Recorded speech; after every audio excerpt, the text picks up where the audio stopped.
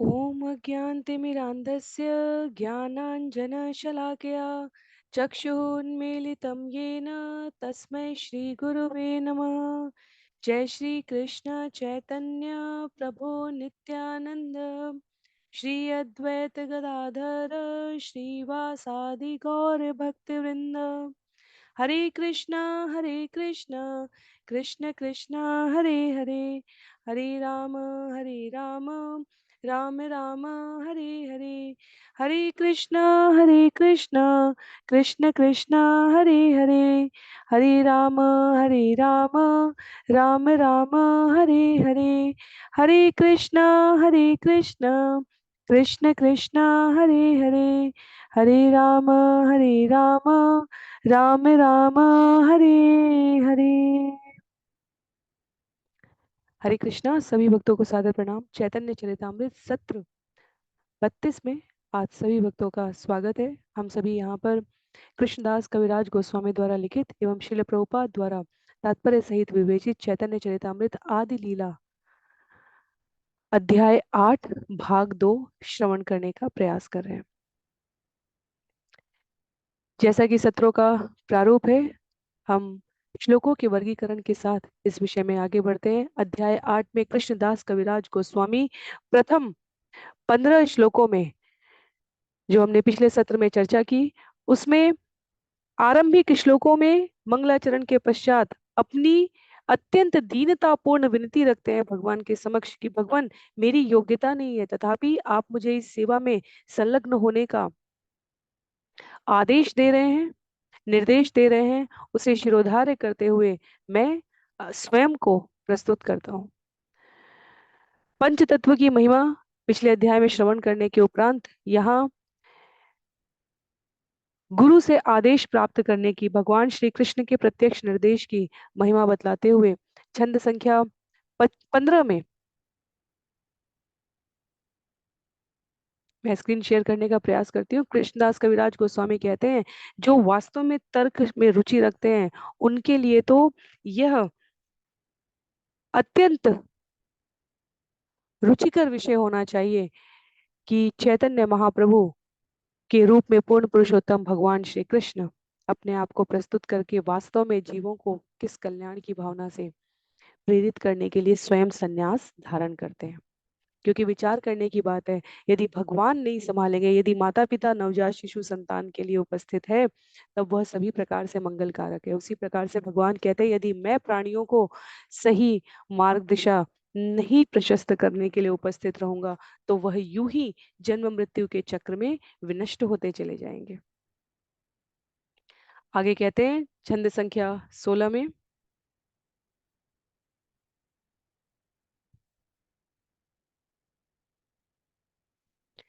बहु जन्म करे यदि श्रवण कीर्तन, तबु तना पाए कृष्ण पदे प्रेम धन। यदि कोई हरे कृष्ण महामंत्र के जप में 10 अपराध करता रहता है, तो वह चाहे अनेक जन्मों तक पवित्र नाम का जप करने का प्रयास क्यों ना करे, उसे भगवत प्रेम प्राप्त नहीं हो सकेगा, जो इस जप का चरम लक्ष्य है। तो यदि हम हरिनाम चिंतामणि, जो प्रतिदिन हम सभी ने सुबह और शाम हरिनाम जप करने के साथ साथ भाग में विभक्त करके श्रवण करने का प्रयास किया था 15 अध्यायों की पुस्तक में, उसमें लिखा था, नाम जप करने से नामाभास के स्तर पर भी, अर्थात यदि शुद्ध अपराध मुक्त नाम जप नहीं कर रहे हैं, तो भी सभी प्रकार की शुभता होगी। केवल क्या प्राप्त नहीं होगी? भगवत भक्ति, शुद्ध भगवत प्रेम नहीं प्राप्त हो पाएगा, जो इस जगत का, इस जीवन का और इस योनि का परम लक्ष्य है। तो इसलिए यहाँ पर भी लिखा है, अपराध सहित यदि हम अनेक जन्मों तक भी पवित्र नाम जप करने का प्रयास करें, तो सब कुछ मिलेगा, पर क्या नहीं मिलेगा? भगवत प्रेम नहीं मिलेगा। जब तक गुरु की अवज्ञा ना करने की, शास्त्रों की निंदा ना करने की, भगवान के नाम को अपात्र को न देने की, उसे वैदिक शुभ काम कर्म कांड न समझने की प्रवृत्ति हमारे भीतर विकसित नहीं होगी, तब तक सब कुछ प्राप्त हो सकता है हरि नाम से, और हमें लगे कि वाह कितनी अच्छी बात है, सब कुछ प्राप्त हो सकता है। पर विचार करने का विषय है कि जिनको सब कुछ प्राप्त है इस जगत में, जो हमें ऐसे प्रतीत होते हुए व्यक्तित्व है, उनके जीवन में भी जन्म मृत्यु जरा व्याधि आदि दैविक आदि भौतिक आध्यात्मिक इन प्रकार के ताप और दुखों का नाश नहीं होता है।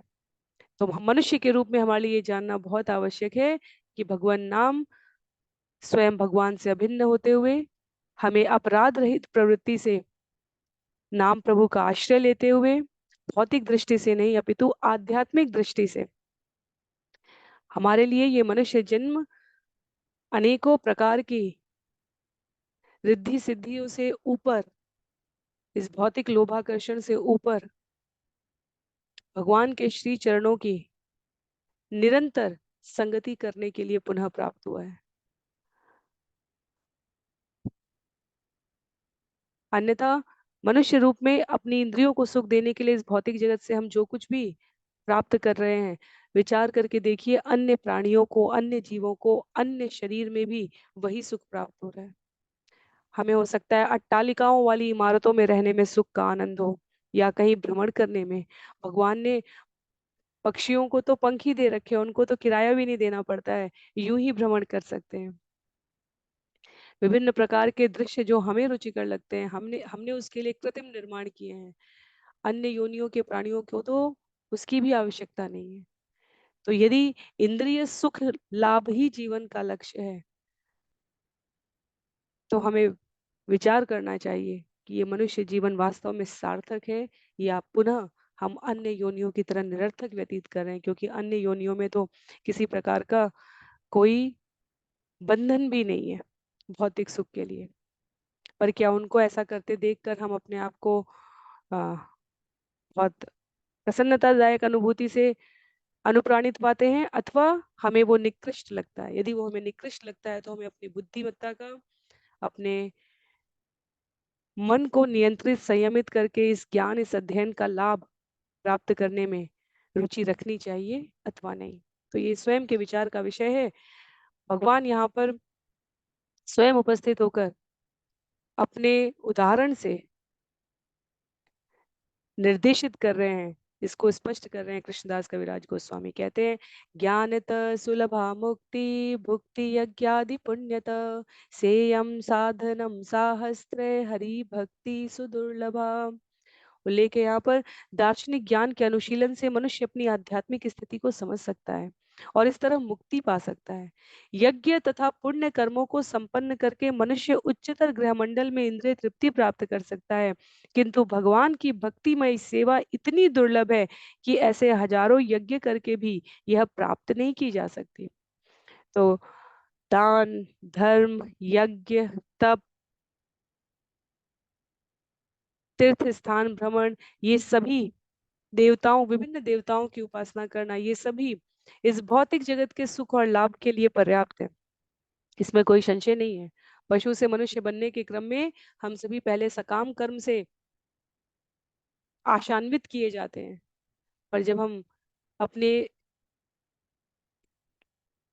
गुरु के आश्रय में, गुरु शिष्य परंपरा में प्राप्त ज्ञान के आश्रय में, भक्तों के संग में जब इस पर गंभीरता पूर्वक विचार करें, तो ये हमारा अंतिम चरण नहीं होता। अंतिम चरण होता है भगवान की भक्तिमय सेवा में स्वयं को प्रस्तुत करना, जहां इस चर्म शरीर की सुख दुख, हानि लाभ, यश अपयश, द्वेष मोह मद मत्सर की ताप से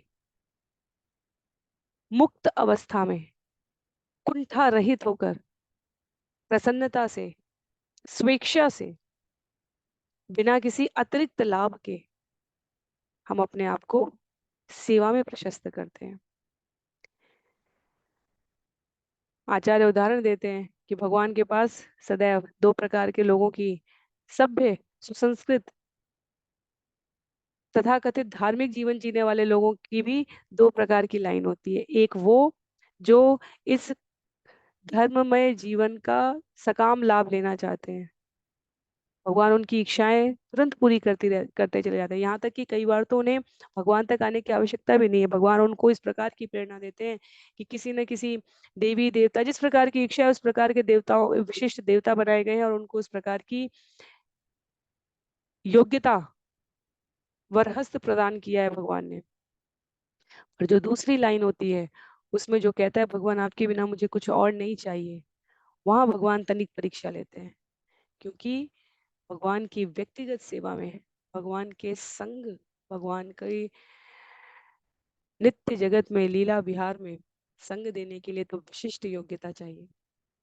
तो विचार करके देखें, जन्म जन्मांतरों से, सहस्त्राधिक युगों के परिवर्तन से मानव जीवन की आकांक्षाएं कभी तृप्त नहीं हुई, लेकिन जो संतृप्ति का अनुभव होता है वह केवल अनन्य भक्ति से पूर्ण होता है, जहाँ जीव कुछ और अन्य कामना ना करे। और इस पंक्ति में जो भक्त खड़े हैं, साधक खड़े हैं, हम कहें कि भगवान उनकी किंचित परीक्षा भी लेते हैं तो भी ये अतिशयोक्ति नहीं होगी, क्योंकि वो भगवान के निकटतम संगी बनने जा रहे हैं। तो भक्त के रूप में हम देखेंगे, भक्त भगवान से केवल एक ही शिकायत करता है और एक ही प्रार्थना करता है। उसके लिए दुख केवल वो है जब उसके जीवन से भगवत स्मृति लुप्त हो जाए। वो प्रार्थना केवल एक ही करता है, भगवान ऐसा जीवन में कोई क्षण ना आए जब मुझे आपकी भक्ति से विमुख होना पड़े। आपके नाम जप सुमिरन, आपकी सेवा, आपके लीला रूप गुण गायन में मेरी अरुचि ना हो जाए भगवान, ऐसा जीवन में कोई क्षण ना आए। और ऐसे भक्त भगवान को गोलोक नित्य धाम तक संगी के रूप में स्नेहयुक्त संबंध में आबद्ध प्राप्त करते हैं। कहते हैं, कृष्ण यदि छूटे भक्ति भुक्ति मुक्ति दिया, कभु प्रेम भक्ति ना देन राखे न लुकाइया। यदि भक्त भगवान से भौतिक इंद्रिय तृप्ति या मुक्ति चाहता है तो कृष्ण उसे तुरंत दे देते हैं, किंतु शुद्ध भक्ति को वे छिपा कर रखते हैं। साधारण नहीं है इस जगत का किंचित मात्र तनिक भी प्रलोभन। जैसे बहुत बहुत ही साधारण सा उदाहरण है, बहुत ही साधारण सा लेकिन अत्यंत व्यवहारिक उदाहरण है। मैया यदि कुछ काम कर रही है, छोटा बच्चा यदि मैया को चाहता है, वो थोड़ा चिल्लाएगा, मैया ने उसे कुछ उसके मन की चीज दे दी, वो चुप हो गया। फिर थोड़े समय बाद वो फिर कुछ और चिल्लाया, रोया, या उसे मैया चाहिए अपने पास, भैया उसके उसको प्रिय लगने वाली विचार करके कुछ और वस्तु दे दी। और यदि बच्चा इस तरह से बहलता चला जाता है तो मैया अपना काम करती चली जाती है और बच्चा भी वहीं रहता है। पर यदि बच्चा कुछ भी देने पर शांत नहीं होता है तो ममताशील स्नेहशील मैया क्या करती है, अपना समस्त कार्य छोड़कर पहले बच्चे के पास आती है। भगवान भौतिक जगत के इस जीवन में जहाँ अनेकों प्रकार के प्रलोभन है, जीव को इसी प्रकार ये जो व्यवहारिक विनिमय है, जैसे मैया और बच्चे का है, इसे हम परीक्षा अवश्य कह सकते हैं, किंचित मात्र परीक्षा कह सकते हैं। पूर्ण परीक्षा शब्द बहुत अनुपयुक्त है, भगवान कभी परीक्षा नहीं लेते, भगवान प्रतीक्षा करते हैं। पर भगवान देखना चाहते हैं, प्रतिबद्धता देखना चाहते हैं। तो बीच बीच में यदि भगवान कुछ ऐसा प्रलोभन साधक की तरफ फेंके भी जिससे उसकी इस जगत में तृप्ति रहने की भाव आ जाए, तृप्त तृप्त रहने का भाव आ जाए, तो इसका अर्थ है कि अभी अनन्य भक्ति नहीं आई है। तो भगवान स्मित हास्य के साथ प्रतीक्षा कर रहे होते हैं। पर यदि जीव कुछ भी नहीं चाहता, सुदामा के जीवन में यदि हम देखें, जब एक मुट्ठी अनाज नहीं था तब उन्होंने भगवान की भक्ति के साथ कभी समझौता नहीं किया। और जब सहस्त्राधिक लक्ष्मियां सेवा में निरत हैं, इतना वैभव युक्त प्रसाद मिला, प्रासाद मिला, महल मिला, घर मिला, तो भी सुदामा के जीवन में कोई परिवर्तन नहीं आया। ऐसे भक्त बनने का यदि हमारे जीवन में किसी भी स्तर का आकर्षण है, तब कृष्णदास कविराज गोस्वामी द्वारा वर्णित ये भाव कि शुद्ध भक्ति भगवान छिपा कर रखते हैं, हम समझ पाएंगे। किसी भी प्रकार का अन्यान्य आश्रय कहा जाता है जिसमें जीव अपने आप को भगवत चरणों के अतिरिक्त और कहीं की भी चाह नहीं रखता। आगे कहते हैं, राजन पति गुरुरलम भवताम यदूनाम दैवं प्रिय कुलपति क्व च किंकरो वह, अस्त्वेव मंग भगवान भजता मुकुंदो, मुक्तिं ददाति करहि चेत् स्मन भक्ति योगम। महर्षि नारद ने कहा, हे महाराज युधिष्ठिर, पूर्ण पुरुषोत्तम भगवान कृष्ण आपकी सहायता के लिए सदैव तत्पर रहते हैं। वे आपके स्वामी, गुरु, ईश्वर, प्रिय मित्र तथा आपके परिवार के मुखिया हैं। फिर भी वे कभी कभी आपके दास या आज्ञा पालक का कार्य करना स्वीकार कर लेते हैं। आप अत्यंत भाग्यशाली हैं, क्योंकि यह संबंध केवल भक्ति योग द्वारा ही संभव हो पाता है। भगवान मुक्ति तो सरलता से दे सकते हैं, किंतु वे किसी को भक्ति योग आसानी से प्रदान नहीं करते, क्योंकि वे उस प्रक्रिया से भक्त के साथ बंध जाते हैं। जब कोई भक्त कहता है भगवान मेरे अलावा, मेरा आपके अलावा और कोई नहीं है, तो भगवान कहते हैं मेरा भी इस भक्त के अलावा और कोई नहीं। अनेक अनेक उदाहरण है। भक्त माल ग्रंथ से उदाहरण ले या भागवतम के इन दिव्य चरित्रों को पुनः स्मरण करने का मानसिक रूप से हम प्रयास करें, ऐसे ऐसे उदाहरण हैं जहां भगवान ब्रह्मांडों के ऐश्वर्य को, जो उनके द्वारा ही जनित है, तत्क्षण त्याग कर अपने भक्त के समक्ष उपस्थित रहते हैं। पशु के रूप में, पक्षी के रूप में, कीट पतंगों के रूप में, असुर के रूप में, असुर योनि में जन्म लिए हुए भी, और मनुष्यों का तो कहना ही क्या, दुर्लभ जन्म है। और उसके पश्चात भी यदि हम भगवान की कृपा के अतिरिक्त कुछ और याचना करें, तो ये बिल्कुल वैसा ही होगा जैसे राजा खड़ा हो और हम कहें, राजा कहे कुछ भी मांग लो, और हम राजा से एक बोरा अनाज मांगते हैं।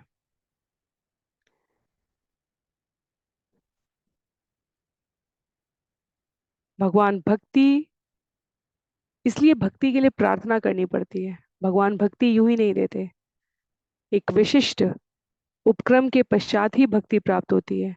अत्यंत भाग्यशाली हैं वो जीव, आचार्य कहते हैं, जिनके भीतर भगवान की कथा सुनने के लिए रुचि आ जाती है, क्योंकि इसका अर्थ ये है कि उन्हें भक्ति लता बीज प्राप्त हो चुका है। अब उस बीज को वो पुष्पित पल्लवित करना चाहते हैं, यूं ही सुप्त अवस्था में रखना चाहते हैं, जन्म जन्मांतर ये जन्म मृत्यु जरा व्याधि की प्रक्रिया में बंधकर। ये जीव की अपनी स्वतंत्र इच्छा पर है। पर यदि एक बार भक्ति लता बीज मिल जाए और कथा श्रवण करने में रुचि है, भगवान का नाम अभ्यास पूर्वक एक निश्चित समय स्थान पर बैठकर जाप करने में रुचि है, तो मान कर चलना है कि भगवत कृपा तो है। हम अपनी पात्रता विकसित ना करें, ये हमारी शुद्र बुद्धि का परिचायक होगा। हम कथा सुन लेते हैं, पर ये वास्तव में आसान नहीं है।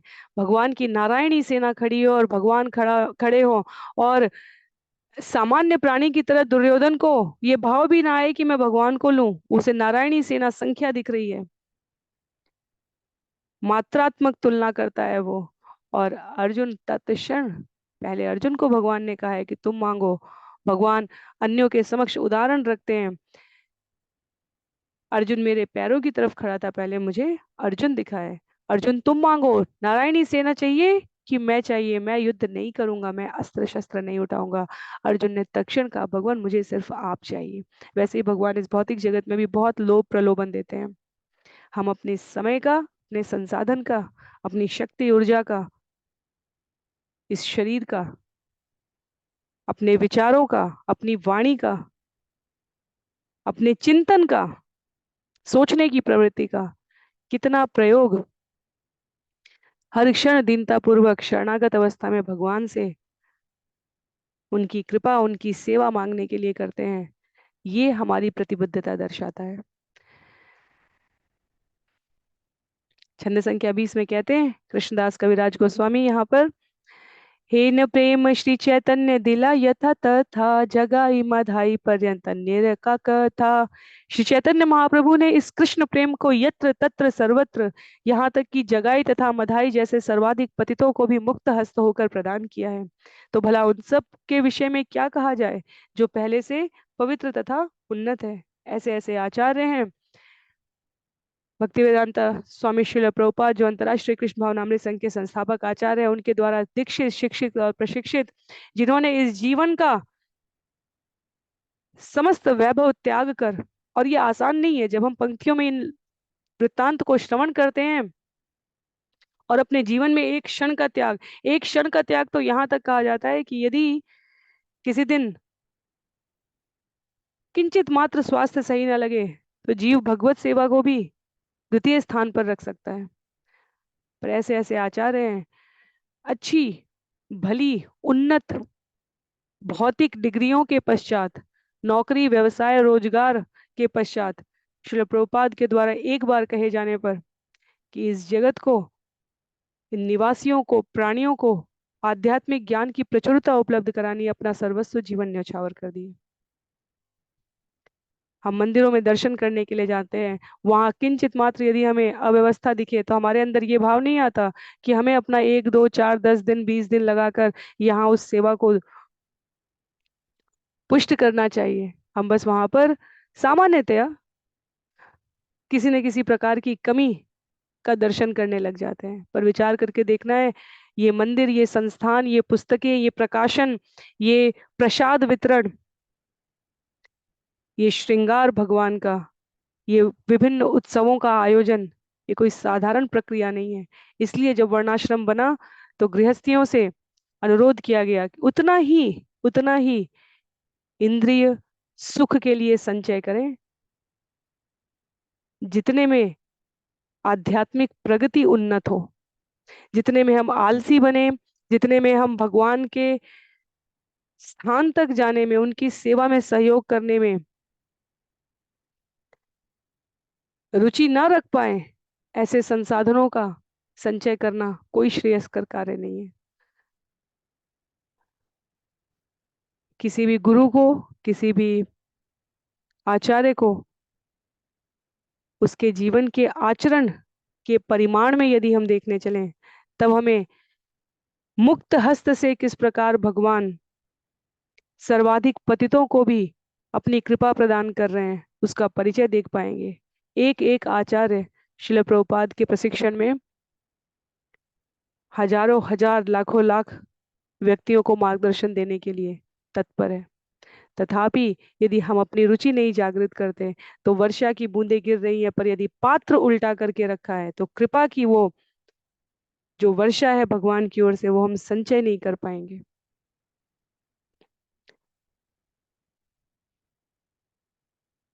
आगे कहते हैं यहाँ पर,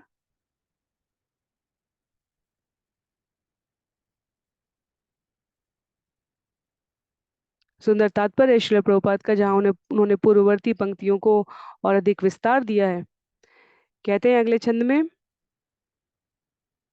स्वतंत्र ईश्वर प्रेम निगुण भंडार, बिलाइल यारे तारे ना कैला विचार। पूर्ण पुरुषोत्तम भगवान के रूप में श्री चैतन्य महाप्रभु पूर्णतया स्वतंत्र हैं।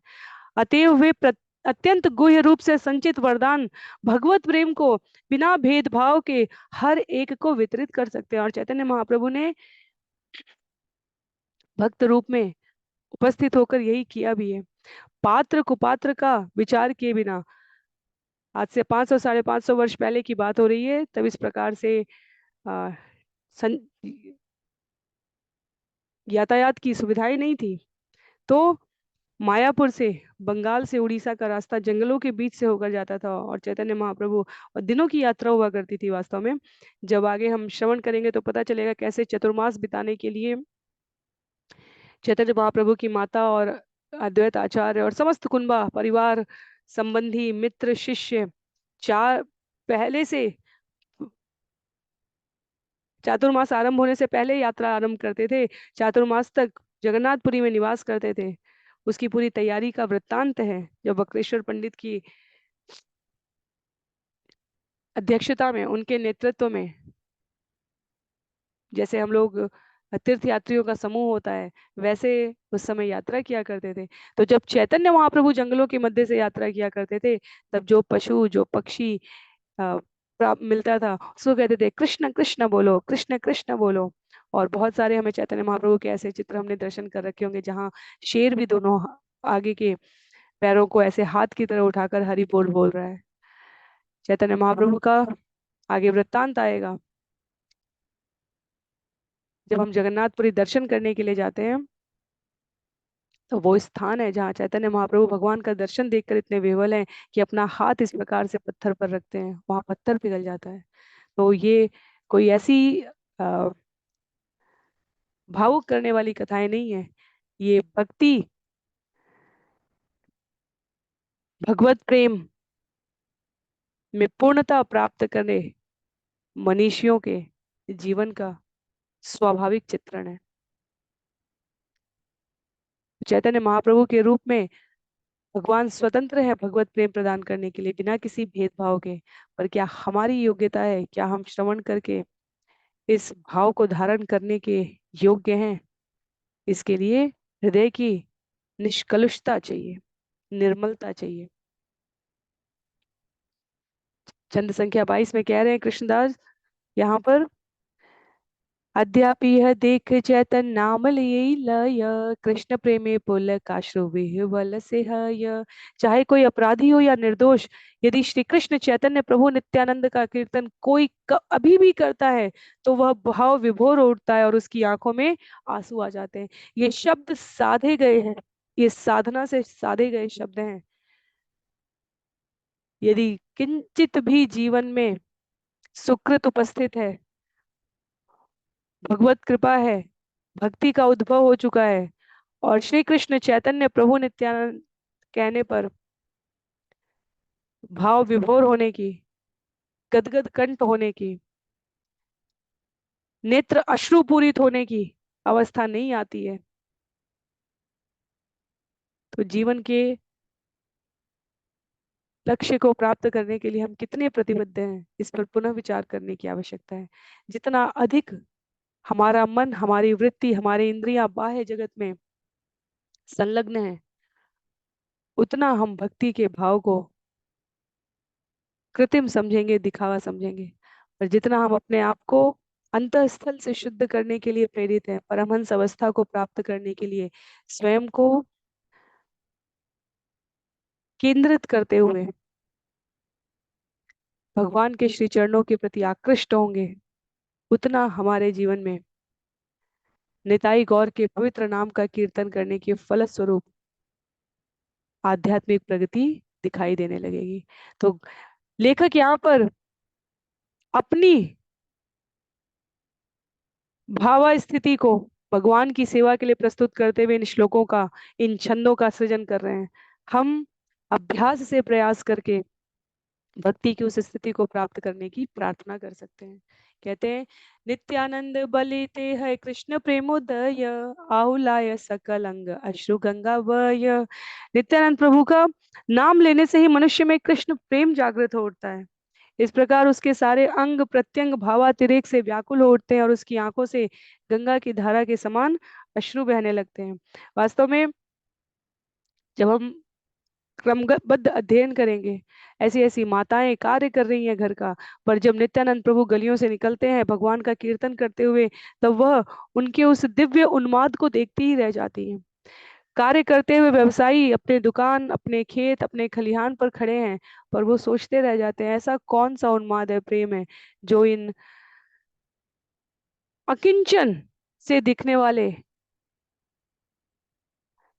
साधुओं को, अवधूतों को, नित्यानंद प्रभु अवधूत अवस्था में रहते थे, इतना प्रेमोन्मत्त कर रहा है। छंद संख्या 24 में कहते हैं, कृष्ण नाम करे अपराधिर विचार, कृष्ण बलिले अपराधिर नाहय विकार। हरे कृष्ण मंत्र का कीर्तन करते समय अपराधों पर विचार किया जाता है, इसलिए केवल हरे कृष्ण का कीर्तन करने से कोई भाव दशा को प्राप्त नहीं होता।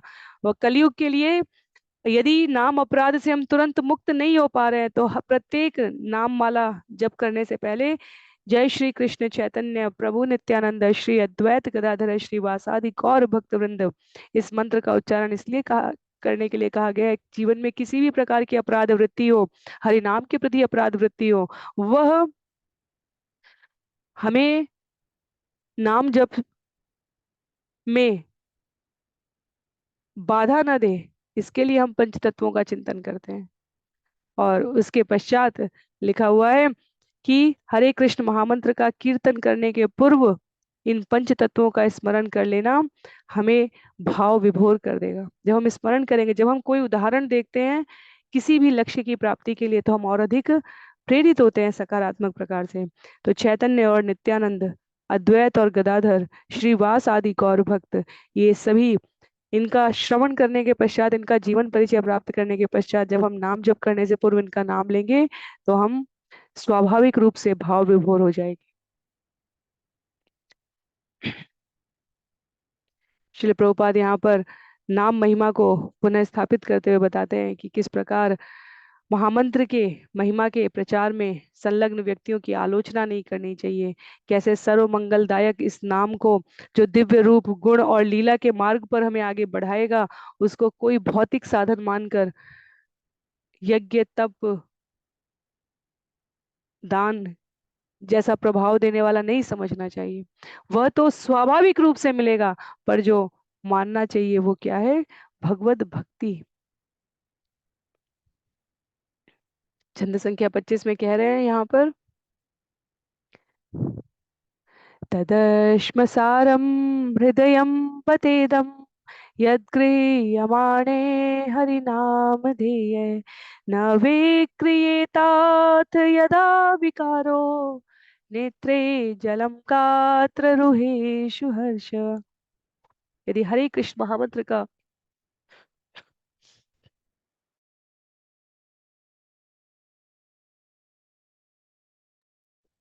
यदि हरे कृष्ण महामंत्र का कीर्तन करते हुए किसी का हृदय परिवर्तित नहीं होता, उसके नेत्रों से अश्रु नहीं बहते, उसका शरीर कंपित नहीं होता, नहीं उसे रोमांच होता है, तो यह समझना चाहिए कि उसका हृदय लोहे के समान कठोर है। ऐसा भगवान नाम के चरण कमलों पर अपराधों के कारण होता है। ऐसे ऐसे मनीषी हैं, ऐसे ऐसे मैंने साधकों को देखा है, आप सबका भी अपना अनुभव होगा। एक स्थान पर बैठकर एक बार में 16 माला जप समय की उपलब्धता के अनुसार करते हैं, भगवान का दर्शन करते हैं और नेत्रों से अश्रु प्रवाहित होते हैं। और ये दिखावा एक दिन, एक घड़ी के दर्शन का नहीं है, दशकों का अनुभव है। जब भगवान के समक्ष खड़े होते हैं, नख से लेकर सिर तक का दर्शन करने का जो क्रम है, जैसे जैसे वो भगवान के एक एक अंग उपांग को अपने नेत्रों के माध्यम से भगवान को हृदय में प्रविष्ट कराने के लिए दर्शन कर रहे होते हैं, उनके आगमन से, उनकी उपस्थिति से वो अपने आप को भावातिरेक में अनुभूत प्राप्त करते हैं। तो यहाँ पर लिखा है कि एक बार वास्तव में जब हम नाम जप कर रहे हैं, हरे कृष्ण कृष्ण कृष्ण हरे हरे, हरे राम राम राम हरे हरे, ये कोई संख्या आवश्यक है, क्योंकि इंद्रियों को एक अभ्यास चाहिए, मसल मेमोरी चाहिए, एक अभ्यास चाहिए।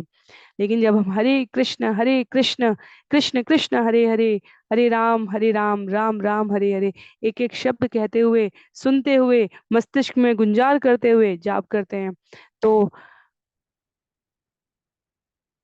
वो अपना सबका व्यक्तिगत अनुभव हो सकता है, पर प्रयास करके देखें, यदि इस प्रकार से हम जाप करें तो निश्चित रूप से हृदय भगवान की कृतज्ञता से आप्लावित हो जाता है।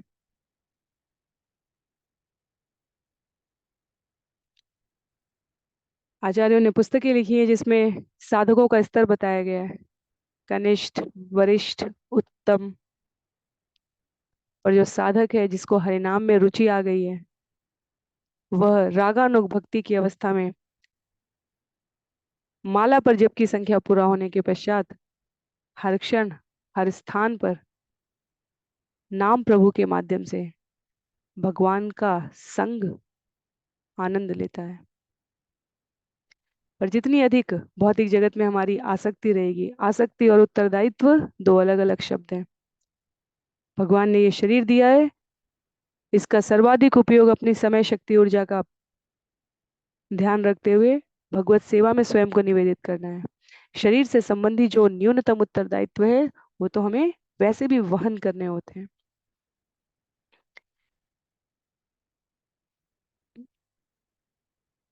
जितनी अधिक भौतिक जगत के कार्यों में हमारी आसक्ति होगी, उतनी भगवान के चरणों से विरक्ति होगी, और जितनी भगवान के चरणों में आसक्ति होगी, भगवान समयांतर पर ऐसे साधन, ऐसा मार्ग, ऐसी स्थिति उत्पन्न कर देते हैं कि भगवान के चरणों में आसक्ति जगत से स्वतः स्वाभाविक विरक्ति कर देती है। छंद संख्या 26 में कहते हैं, एक कृष्ण नामे करे सर्व पाप नाश, प्रेमेर कारण भक्ति करे न प्रकाश। निरपराध होकर हरे कृष्ण महामंत्र का कीर्तन करने मात्र से सारे पाप कर्म दूर हो जाते हैं और भगवत प्रेम की कारण स्वरूपा शुद्ध भक्ति प्रकट होती है। यहाँ कृष्णदास कविराज गोस्वामी ये उल्लेख करते हुए कि कैसे उन्हें गुरु का आदेश प्राप्त हुआ, कैसे कृष्ण की कृपा हुई, कैसे वो अभी बतलाने जा रहे थे कि उन्होंने चैतन्य चरितामृत लिखने का विचार किया। विषय आ गया यहाँ पर उनको हरिनाम जप के प्रभाव से जो अनुभूति हुई है वही। कीर्तनादेव कृष्णस्य मुक्त संग।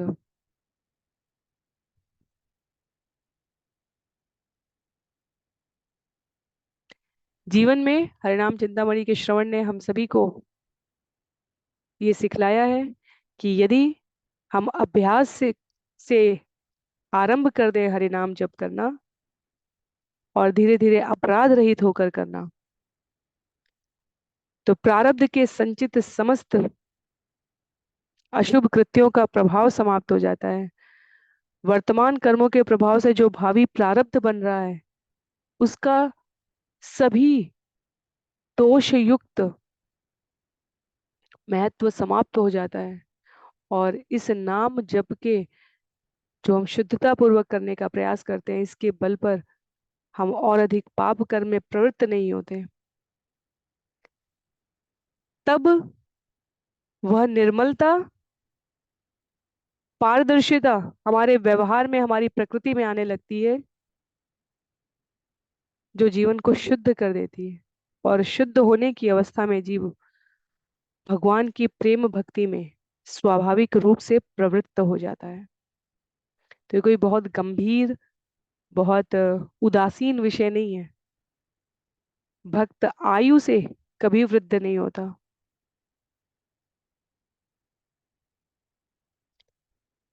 80 वर्ष की उम्र में शरीर छोड़ने वाले भगवान के उपासकों के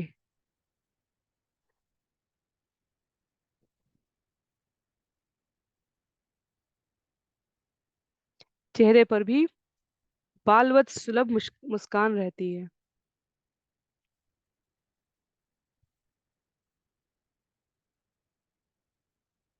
प्रेमेर उदय है प्रेमेर विकार, स्वेद कंप पुलकादि गदगद अश्रुधार। जब किसी में सचमुच भगवान की दिव्य प्रेमा भक्ति जागृत होती है तो इससे शरीर में स्वेद कंपन, हृदय का स्पंदन, वाणी का अवरोध तथा आंखों में अश्रु जैसे रूपांतरण उत्पन्न होते हैं। तो ये भक्ति की विभिन्न भाव में प्रेम स्थिति है जो क्रमशः आगे हमें अंत लीला में श्रवण करने का लाभ मिलेगा। चैतन्य महाप्रभु के शरीर पर उपस्थित होती थी, उनके संग कीर्तन करने वाले भक्तों के जीवन में उपस्थित होती थी। स्वयं का पुत्र घर में मृत हो गया और चैतन्य महाप्रभु आंगन में कीर्तन कर रहे हैं भक्तों के संग, और घर की स्त्रियों को, माताओं को उच्च स्वर में रोने के लिए मना करते हैं हमारे आचार्य, ये कहकर कि बाहर भगवान के कीर्तन में विक्षेप हो जाएगा। और कुछ क्षण के पश्चात जब चैतन्य महाप्रभु ने कहा कि आज यहाँ ठाकुर के घर में कीर्तन करने में वैसा आनंद नहीं आ रहा है, तब एक साधक के द्वारा ये कहे जाने पर कि भीतर मृत पुत्र है का शरीर पड़ा हुआ है, माताएं दयाद्र स्वर में विलाप कर रही हैं, चैतन्य महाप्रभु दंग रह जाते हैं। तो भगवान भक्तों की निस्वार्थ भक्ति को अपने मस्तक पर धारण करते हैं। फिर भीतर जाकर पुत्र को केवल मस्तक पर यूं हाथ फेर कर कहना कि उठ जाओ, बहुत देर से सो रहे हो, और पुत्र जीवित बैठ जाए, ये तो केवल भगवान की संपूर्ण कृपा का एक रंच मात्र प्रतीक है। जहां वैद्यों के द्वारा बता दिया गया कि पुत्र मृत हो चुका है, घंटों कीर्तन चला है, और जब चैतन्य महाप्रभु कह रहे हैं ऐसा आनंद नहीं आ रहा है प्रतिदिन की भांति, और जाकर शरीर स्पर्श करके कहते हैं कि उठ जाओ, बहुत देर से सो रहे हो, और पुत्र उठकर बैठ जाता है। हम श्रवण करेंगे इस कथा को आगे, लेकिन बताने का भाव ये है कि इस जगत के किसी भी स्वार्थ से ऊपर, यदि हमें इस कथा में तनिक भी रुचि आ चुकी है, भगवान के श्री चरणों में तनिक भी विश्वास है, वह भगवत प्रेम जो साधक दिखाता है, भगवान को भक्त वत्सल बना देता है, इस पंक्ति में हमें तनिक भी विश्वास है, तो हमें अपने जीवन में शुद्ध भक्ति, अन्याभिलाषिता शून्यम, किसी भौतिक वस्तु की इच्छा से रहित होकर करने का प्रयास करना चाहिए। मानसिक रूप से भी सोच कर देखें तो कितना कठिन है। हम श्रवण कर रहे होते हैं, वाचन कर रहे होते हैं, तो भी हमारी बुद्धि, हमारा मन, हमारा ध्यान, हमारी चेतना समान समय पर किसी अन्य विषय को सोच ही लेती है, यदि हम पूर्णतया एकाग्र चित्त नहीं है तो। जिन्हें जीवन में महत्वाकांक्षा है, जिन्हें जीवन में चुनौतियां पसंद हैं, जिन्हें जीवन में वास्तव में किसी उत्कृष्ट वस्तु की चाह है, मनुष्य के शरीर प्राप्त करने के पश्चात उन्हें अन्याभिलाषिता शून्यम, भौतिक जगत की किसी भी इच्छा से रहित भक्ति का अभ्यास करना चाहिए, ऐसा आचार्यों का कथन है। तब वह भाव विभोरता के लक्षण को, भगवान की कृपा वृष्टि को अनुभूत कर पाते हैं। आचार्य के रूप में श्रील प्रभुपाद यहाँ हमें सतर्क करते हैं, कहते हैं जनता से सस्ती प्रशंसा पाने के लिए अपने भाव नहीं दिखाने हैं, स्वाभाविक भक्ति होनी चाहिए। जब उच्च पद भक्ति में प्राप्त होने लगता है, तो भाव विभोरता के लक्षण स्वतः प्रकट होने लगेंगे, उसकी नकल करने की आवश्यकता नहीं है।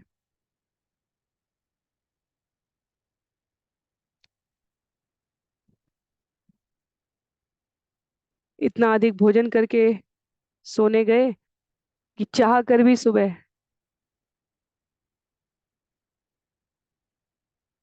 मंगलाचरण के समय, मंगला आरती के समय निद्रा नहीं खुल रही है, तो वो भी इस जगत को यूं ही दिख जाएगा। पर यदि इतनी दृढ़ता है जीवन में कि घंटों घंटों और दिनों दिनों की यात्रा के पश्चात भी निरंतर प्रवचन का, लेखन का, स्वाध्याय का समय निकालते हुए, कार्य करते हुए भी जिस स्थान पर है वहां की मंगला आरती में स्वयं को उपस्थित कर सके, तो ये भी जगत को स्वतः दिख जाएगा। ये दिखावा करके नहीं किया जा सकता।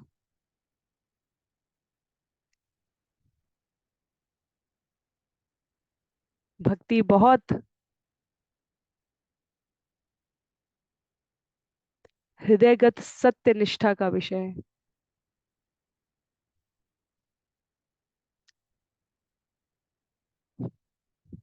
प्रत्येक व्यक्ति अपनी साधना केवल भगवान की प्रसन्नता करने के लिए विचार से करे, तो उत्कृष्ट भाव उसके जीवन में स्वतः लक्षित होने लगते हैं।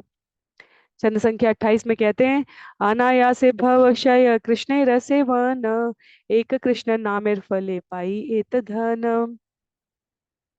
हरे कृष्ण महामंत्र का कीर्तन करने के फलस्वरूप मनुष्य के आध्यात्मिक जीवन में इतनी अधिक उन्नति होती है कि उसके भौतिक जीवन का अंत तथा भगवत प्रेम की प्राप्ति एक साथ होते हैं।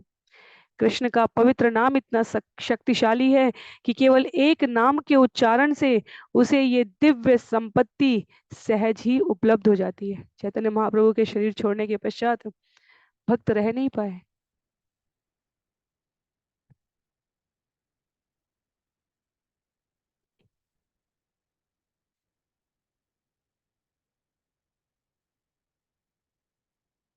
कहते हैं आगे, हे न कृष्ण नाम यदि लय बहु बार, तबु यदि प्रेम नहे नहे अश्रुधार, तबे जानी अपराध ताहा ते प्रचुर, कृष्ण नाम बीज ताहे ना करे अंकुर। यदि भगवान के पवित्र नाम का बारंबार जप करते रहने पर भी मनुष्य में भगवान के प्रति प्रेम विकसित नहीं होता और उसकी आंखों में अश्रु प्रकट नहीं होते, तो इससे यह स्पष्ट हो जाता है कि जप में उसके अपराधों के फलस्वरूप कृष्ण नाम का बीज अंकुरित नहीं हो रहा है।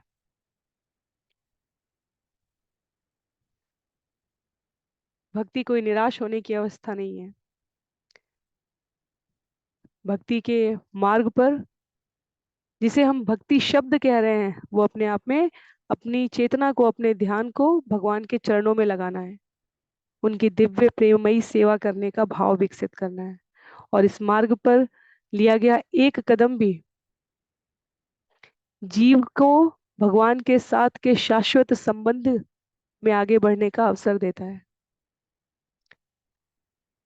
तो इसमें निराशा जैसी कोई बात नहीं है। हम भगवान का नाम ले पा रहे हैं और भगवान से उनकी कृपा के अतिरिक्त तो और कुछ चाह नहीं रख रहे हैं। भगवान, आप निश्चित रूप से जो मेरे लिए हितकारी हो, जो मुझे आपके समीप आने में, जो मुझे आपके भक्तों की सेवा करने में, आपका नाम प्रचार करने में, आपकी महिमा का गुणगान करने में सहायक हो, वो अवस्था प्रदान कीजिए, वो व्यवस्था प्रदान कीजिए। बस इतनी सी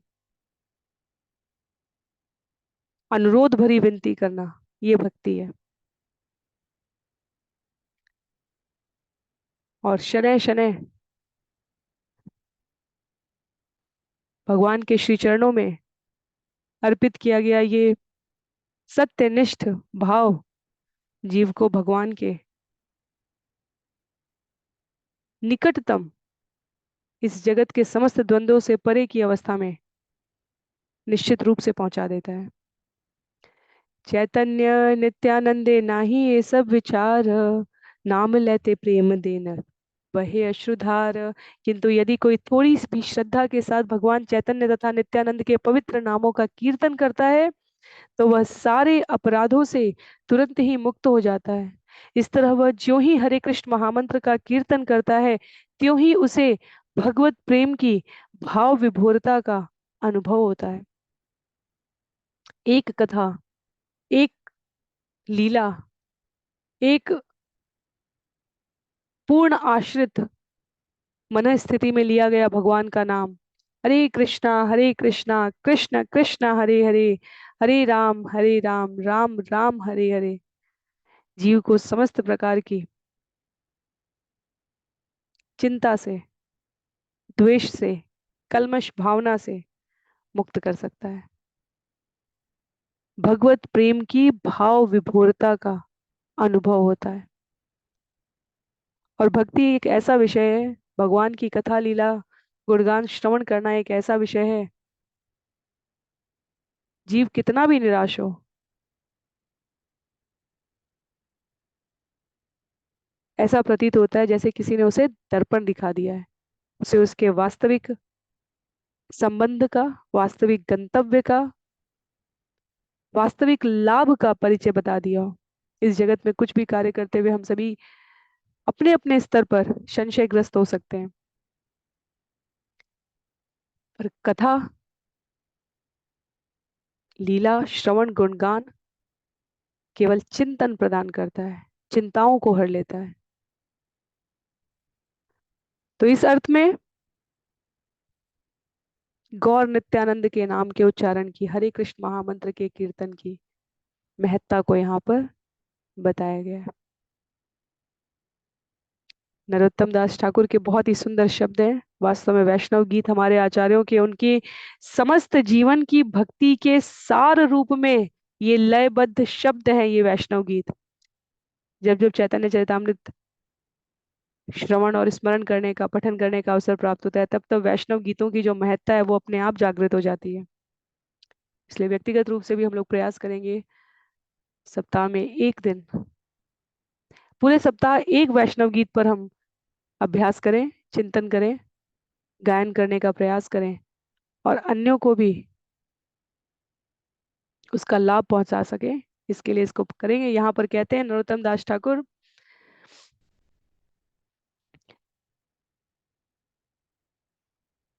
गौरांग बलिते हबे पुलक शरीर, हरि हरि बलिते नयन बबे नीर। आर कबे निताई चांदेर करुणा करिबे, संसार वासना मोर कबे तुक्ष हबे। विषय छाड़िया कबे शुद्ध हबे मन, कबे हम हेरब श्री वृंदावन। कहते हैं प्रारंभ में मनुष्य को श्री गौर सुंदर के पवित्र नाम का नियमित कीर्तन करना चाहिए, और तब नित्यानंद प्रभु के नाम का। इस प्रकार मनुष्य का हृदय भौतिक भोग की मलिन इच्छाओं से निर्मल हो सकेगा, तब वह भगवान कृष्ण की पूजा करके वृंदावन धाम जा सकता है। श्री चैतन्य तथा नित्यानंद की कृपा हुए बिना वृंदावन जाने की आवश्यकता नहीं है, क्योंकि यदि मनुष्य का चित्त शुद्ध नहीं है तो वह वृंदावन जाकर भी वृंदावन का दर्शन नहीं कर सकता। वृंदावन दिल्ली से 3 घंटे दूर बस का, टैक्सी का, ऑटो का किराया देकर जाने का माध्यम नहीं है। वृंदावन के भीतर उपस्थित रहकर वृंदावन का दर्शन करना है तो हमें गोस्वामियों की पुस्तक का आश्रय लेना होगा। ललित माधव, विदग्ध माधव, भक्ति रसामृत सिंधु, शिल प्रभुपाद लिखते हैं यहाँ पर, राधा कृष्ण के दिव्य प्रेम भाव को समझते हुए कबे हम बुझब से युगल पीरी थी। उनकी प्रेम भक्ति में संलग्न होने के लिए रहना होगा। आचार्य 3 दिन से अधिक इन स्थानों का वास नहीं बताते, क्योंकि यदि दोष दर्शन करने की प्रवृत्ति आ जाएगी तो वो भी उतनी ही हानिकारक है जितना लाभ। प्रमुख मंदिरों के दर्शन, राधा कुंड, श्याम कुंड के जल का स्पर्श, और यदि संभव हो तो किसी वन में, ताल वन, मधुवन, निधि वन, और उससे भी अधिक यदि समय है तो किसी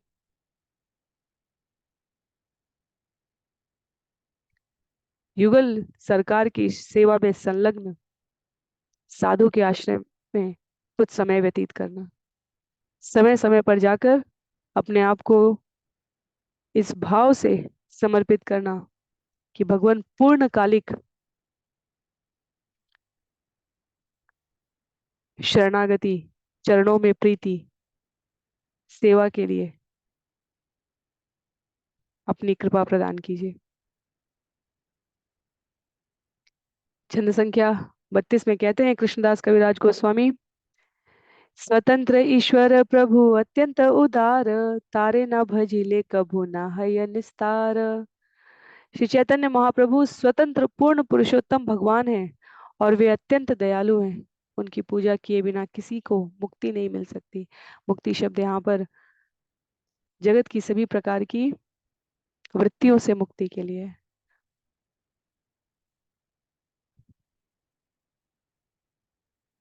जब भगवान स्वयं उपस्थित होकर मार्ग प्रशस्त करते हैं, बतलाते हैं जीवों को कि कैसे धारण करना है यह मार्ग भक्ति का, तब उनका आश्रय, उनकी शरणागति, उनके आदेशों का पालन, उनकी शिक्षाओं पर अमल करना, ये जीव को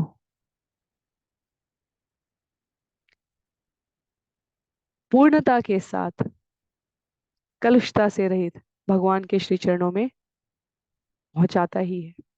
चंद संख्या 33 में, क्योंकि कृष्णदास कविराज गोस्वामी यहाँ उस भाव में है जहां पर वे भगवान के इस उदार स्वरूप की शिक्षा को जन जन तक पहुंचाने के लिए प्रयत्नशील हैं। इसलिए वो इस महिमा का आश्रय ले रहे हैं जो उनके जीवन में हर क्षण दृष्टिगोचर थी। ओरे मूढ़ लोक सुन चैतन्य मंगल, चैतन्य महिमा याते जानी बेसकल। कहते हैं अरे मूर्खो, जरा श्री चैतन्य मंगल तो पढ़ो। इस ग्रंथ को पढ़कर तुम श्री चैतन्य महाप्रभु की सारी महिमाओं को समझ सकते हो।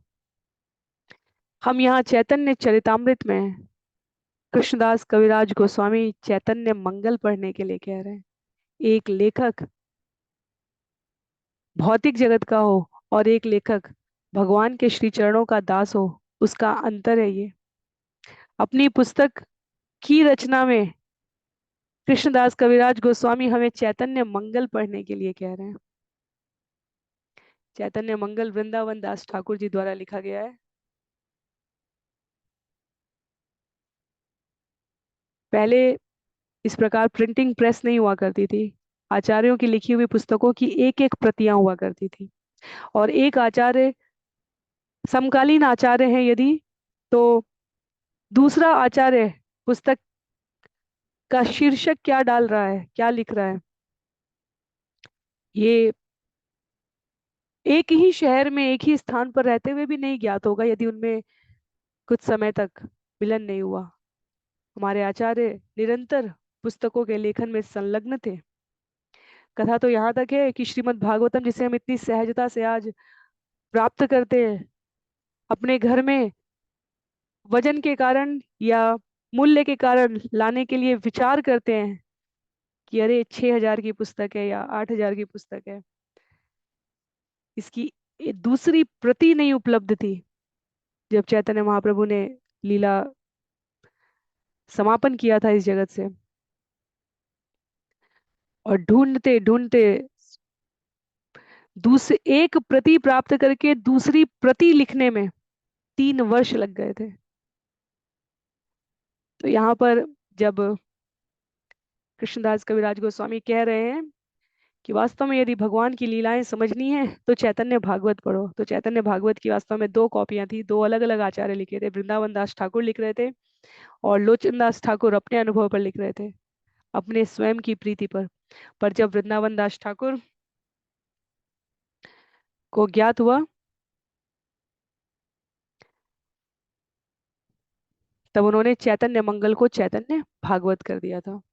तो लोचन दास ठाकुर जी ने भी श्री चैतन्य मंगल लिखा है, और वृंदावन दास ठाकुर की पुस्तक जिसे आज हम सभी चैतन्य भागवत जानते हैं, वह भी पहले चैतन्य मंगल थी। बहुत अधिक, बहुत अधिक, यहाँ 62 अध्याय है वर्तमान चैतन्य चरितामृत में जिसे हम श्रवण कर रहे हैं। वहाँ बाल्य लीला का ही इतना अधिक उल्लेख है। बहुत भारी पुस्तक है। चैतन्य महाप्रभु के जीवन का पूरा विस्तार से उल्लेख किया गया है।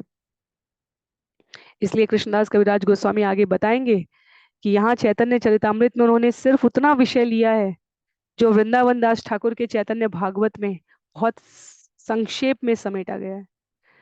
तो हमारे लेखकों में कोई प्रतिस्पर्धा, हमारे आचार्यों के लेखन में कोई प्रतिस्पर्धा नहीं है। जो विषय, जो वृत्तांत, जो विस्तार एक स्थान पर दे दिया गया, ज्ञात होने के पश्चात उन्होंने उसका दूसरा, क्योंकि भगवान क्या है, हरि अनंत, हरि कथा अनंता। श्रील प्रभुपाद बताते हैं, मैं यहाँ पर कि कृष्णदास कविराज गोस्वामी हमें सूचित करते हैं इस पुस्तक में कि वृंदावन दास ठाकुर की पुस्तक चैतन्य भागवत, जिसमें महाप्रभु के जीवन विस्तार को दर्शित कराया गया है, उसमें जिस अंश का वर्णन नहीं है वही वही भाग उन्होंने यहाँ पर चैतन्य चरितामृत में उल्लेखित किया। तो सोचने की बात है, पुस्तक लिखने से पहले आचार्यों की शरण में रहकर उसी विषय की अन्य पुस्तकों का अध्ययन करने के उपरांत चैतन्य चरितामृत की रचना हुई है। और कहते हैं श्रील प्रभुपाद, कृष्णदास कविराज गोस्वामी द्वारा श्री चैतन्य भागवत को मान्यता देना, उसका यहाँ उल्लेख करना, उसकी सूचना देना, ये संकेत करता है कि वे गुरु शिष्य परंपरा को कितना मान देते हैं। दिव्य साहित्य का लेखक कभी भी अपने पूर्ववर्ती आचार्यों का अतिक्रमण नहीं करता। हमारे रूप गोस्वामी, सनातन गोस्वामी, एक ने बृहद भागवतामृत लिखा और दूसरे ने लघु भागवतामृत लिखा। आध्यात्मिक जगत की प्रतिस्पर्धा सम्मिलित होती है, वह सभी की विजय का सूचक होती है। श्रीमती राधा रानी के चरणों की चाह जीव के भीतर विकसित होनी चाहिए, क्योंकि श्रीमती राधा रानी भगवान की परम सेविका हैं।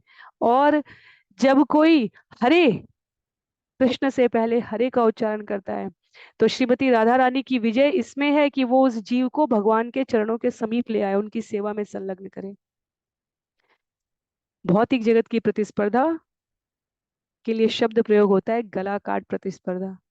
जब तक हम एक को पीछे नहीं करेंगे हम खुद आगे नहीं जाएंगे। आध्यात्मिक जगत की प्रतिस्पर्धा सम्मिलित विजय का सूचक है। तो यहाँ लेखक पूर्ववर्ती आचार्य का अतिक्रमण नहीं करेगा लेखन का। यहाँ साधक सेवाओं का वितरण करने से सेवाएं वर्धित होती है, उनका प्रभाव गुणात्मक रूप से बढ़ता जाता है। यह स्पष्ट करने का श्रील प्रभुपाद का आशय है।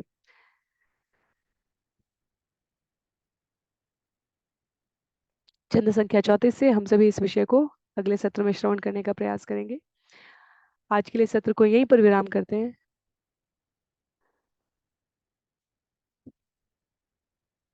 अपने भावों को इस अध्याय के उत्तरार्ध में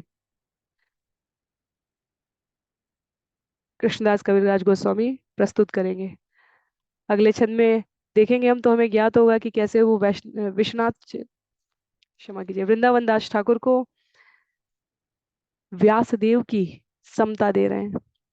कृष्णदास कविराज गोस्वामी ये नहीं कह रहे हैं कि मैंने जो लिखा है वो अति श्रेष्ठ है, उसके अतिरिक्त और कुछ नहीं है। तो इस भाव के साथ हम सभी आज के सत्र को समाप्त करेंगे। जब भी हमें कोई सेवा प्राप्त हो, पहले हम स्वयं अपने सेवा में अपनी वृत्ति को दृढ़ करें, और जब भी हमें कोई सेवा प्राप्त हो उसमें कितने अधिकाधिक लोगों को संकलित किया जा सकता है। हम भगवत गीता का वाचन करें एकादशी के दिन एकांत में बैठकर, ये बहुत अच्छी बात है। हम भगवत गीता के विभिन्न श्लोक, विभिन्न अध्याय अन्यों से वाचन करवा सकें, उनको भी इसमें सम्मिलित कर सकें। यह सेवा वितरित करने का भाव होता है। अपनी सेवा के लिए हमें दृढ़ रहना चाहिए, पर अपनी सेवा के लिए हमें उदार भी रहना चाहिए। तो इस भाव को आगे कृष्णदास कविराज गोस्वामी के शब्दों में हम सभी अगले सत्र में श्रवण करने का प्रयास करेंगे। कृष्णदास कविराज गोस्वामी की जय, चैतन्य चरितामृत की जय, श्रील प्रभुपाद की जय, श्रील गुरुदेव की जय, अनंत कोटि वैष्णव वृंद की जय। हरे कृष्ण।